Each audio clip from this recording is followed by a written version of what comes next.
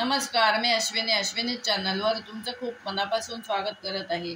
आज आपण करणार आहोत मुखवास। याला मुखवास म्हणू शकता किंवा याला बाळंतिणीची सुपारी असं म्हणतात। बाळंतिणीची सुपारी म्हणजे डिलिव्हरी झाल्यानंतर खाण्यात येते ती सुपारी। आता याचं साहित्य आपण सर्व पाहून घेऊया, काय काय घेतलं आहे ते। हे सर्व साहित्य तुमच्या अंदाजाने घ्यायचं आहे, याला माप असं काही नाही। आता ही बडीशोप घेतली आहे, बडीशोप थोडी जास्त घेतली आहे। सुका खोबरं घेतलं आहे, धना डाळ घेतली आहे। हे जवस आहे, जवस किंवा आळशी याला काही म्हणू शकता। हे मात्र जरा थोडं घ्यायचं आहे, कारण हे बुळबुळीत असतं, पण हे भाजल्यानंतर आपल्याला बुळबुळीत लागत नाही। तीळ घेतले आहेत, सफेद तीळ। ओवा घेतला आहे, हे काळं मीठ आहे, लिंबाचा रस आहे, हळद आहे आणि हे आपलं साधं मीठ आहे। हे सर्व साहित्य आता आपण कोरडं भाजून घ्यायचंय। नंतर सर्व एकत्र कढईमध्ये करायचं आणि सर्व मीठ, हळद आणि लिंबाचा रस घालून पुन्हा एक 5 मिनिटं हे ढवळायचं, परतायचं की आपला तयार झाला मुखवास। हे पहा, कढई तापायला ठेवली आहे। आपण आपली बडीशोप घालून घेऊया आधी। हे काही नाही करायचंय, फक्त कोरडं भाजायचंय। फक्त भाजताना छान भाजायचं, एवढे ध्यान द्या। गॅस मिडियम ठेवायचा आहे, मोठा नाही ठेवायचा, नाहीतर बडीशोप आपली काळी होईल, आपलं सर्व साहित्यच काळं पडेल। आता आपण बाळंतिणीसाठी करत असो तर याच्यात थोडंसं तूप घालायचं। हे बघा, मी साजूक तूप थोडंसं घालून घेत आहे। आणि तिच्यासाठी नसेल करायचं, जरी आपल्यासाठी करत असो तरी पण ह्याच्यात थोडंसं साजूक तूप मी घालून घेतलं आहे। आता आपली बडीशोप होत आलेली आहे। आता आपण पुढचं काय भाजायचं आहे, धना डाळ भाजायची, ती कढईत घेऊया। सुकं खोबरं फक्त सर्वात शेवट भाजायचं आणि गॅस बंद करायचा, तेवढ्या ह्याच्यावर सुकं खोबरं भाजलं जातं। हे सर्व साहित्य मी चाळून घेतलेलं आहे, चाळून घ्या कारण ह्याच्यामध्ये रेव असते। आता आपण धना डाळ भाजून घेऊया। गॅस मिडियम ठेवायचा आहे, कारण आपली कढई तापलेली आहे।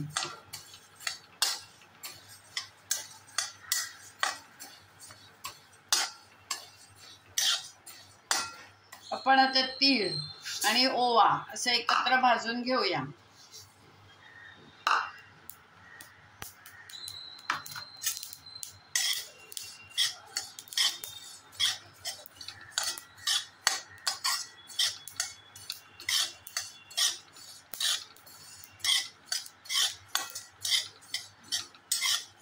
आता गॅस एकदम बारीक करायचा आहे आणि हे आळशी भाजून घ्यायची। आळशी, जवस तुम्ही काही म्हणू शकता। गॅस बारीक का करायचा, तर ते फार बाहेर उडतील आता, म्हणून गॅस बारीक करायचा आहे। म्हणून मी कढई पण मोठी घेतली आहे, त्याचा तडतड आवाज येईल आणि ते उडायला लागते, म्हणून गॅस कमी करायचा।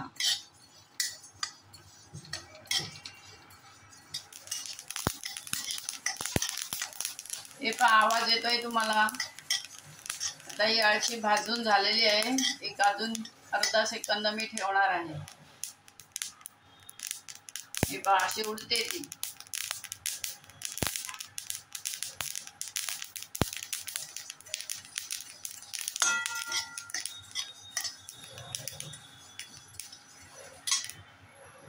हे पहा, आता खोबरं घालून घेतलेलं आहे। गॅस मी बंद केला आहे, जर वाटलं तर गॅस लावायचा, कारण हे खोबरं एवढ्या गरम कढईत भाजलं जातं। आता हे सर्व साहित्य तुमच्या अंदाजाने घ्यायचं आहे, 1 वाटी, अर्धा वाटी, कसंही घ्या। फक्त बडीशोप, धना डाळ जास्ती घ्या, बाकी सर्व थोडं थोडं घ्या। आता याला माप असं काही नाही।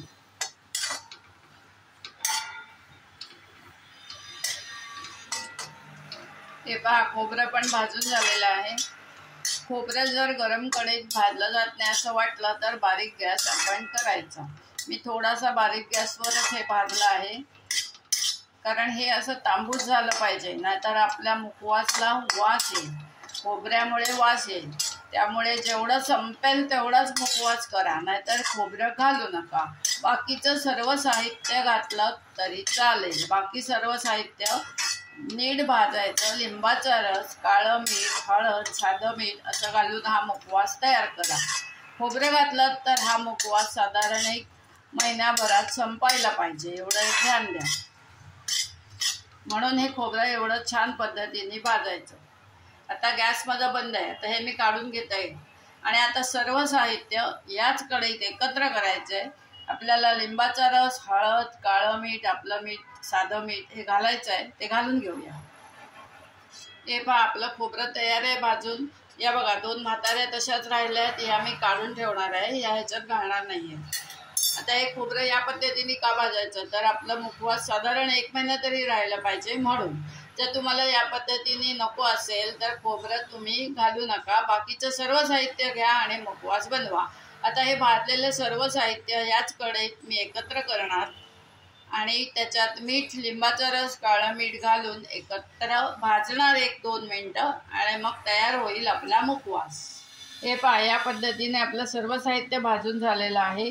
या 2 म्हाताऱ्या मी तुम्हाला म्हटलं ते आम्ही काढून ठेवणार आहे कारण ह्या भाजल्या गेल्या नाही आहेत. आपल्या मुखवासला 8 दिवसामध्ये नाहीतर वास यायला लागेल, तेव्हा ह्या आपण बाजूला काढून घेतलेल्या आहेत. बडीशोप आहे, धना डाळ आहे, ओवा आणि तीळ आहे, ती अळशी आहे आणि सुका खोबरं आहे. आता हे सर्व साहित्य परत त्याच कढईत मी घालणार आहे. 1-2 मिनिटासाठी आपण भाजून घ्यायचं आहे कारण ह्याच्यामध्ये लिंबाचा रस, काळं मीठ आणि आपलं साधं मीठ घातलेलं नाही आहे. ते घालून घेऊया की मग आपला तयार होईल मुखवास. हे पहा सर्व साहित्य मी कढईत त्याच घालून घेतलं आहे. गॅस बारीक ठेवलेला आहे. आता ह्याच्यामध्ये सर्व आपण मीठ, लिंबाचा रस, काळं मीठ घालून घेऊया आणि 1-2 मिनिटं परतूया. आपण ह्याच्यात घालून घेतलेलं आहे काळं मीठ.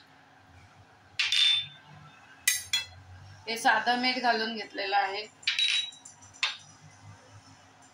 हा लिंबाचा रस घालून घेतलेला आहे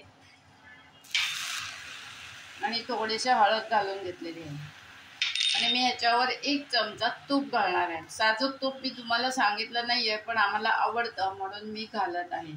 आणि आता हे 1-2 मिनिटं आपण फक्त परतूया की आपलं तयार झालं मुखवास. गॅस एकदम बारीक ठेवायचा आहे कारण आपलं तर सर्व भाजलेलंच आहे आणि सर्व गरम आहे. ते त्याला फक्त लागणं सर्व जरुरी आहे. हळद, लिंबाचा रस, मीठ, काळं मीठ असा हा चविष्ट मुखवास एकदा तरी घरी करून पहा. आवडल्यास नक्की लाईक करा, शेअर करा. चॅनलला जर नवीन असाल त्याने अवश्य सबस्क्राईब करा. धन्यवाद. आपली भेट आता एका छानशा रुचकर पदार्थासोबत होणार आहे.